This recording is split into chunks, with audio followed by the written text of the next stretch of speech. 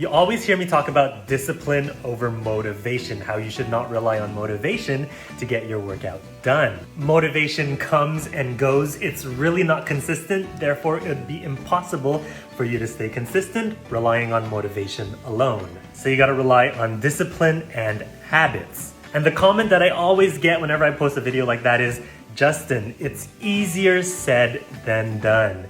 And I absolutely agree with you. Literally everything is easier said than done, but especially this, right? So how does one stay consistent and disciplined? Well, it's not just with willpower alone.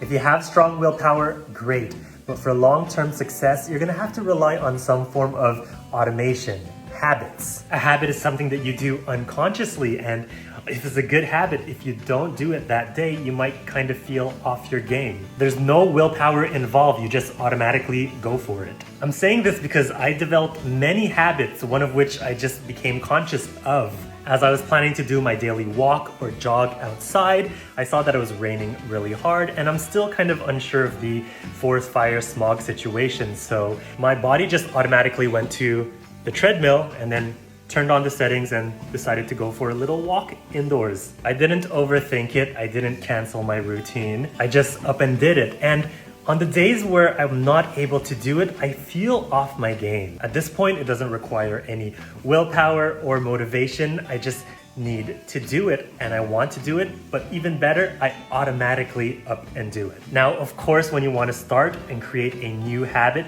it's going to require a bit of discipline, willpower, but it doesn't have to be so jarring. A technique that I learned from James Clear in Atomic Habits is to habit stack. You pair a new habit that you want to introduce into your life with something that you already have to do. In my case, I always have to do research and sharpen my education, so I listen to a lot of podcasts. So I decided that my podcast sessions would be during my daily walks. Your case is gonna be different, everyone's case is gonna be different. But for example, let's say you're brewing a cup of coffee and you're waiting.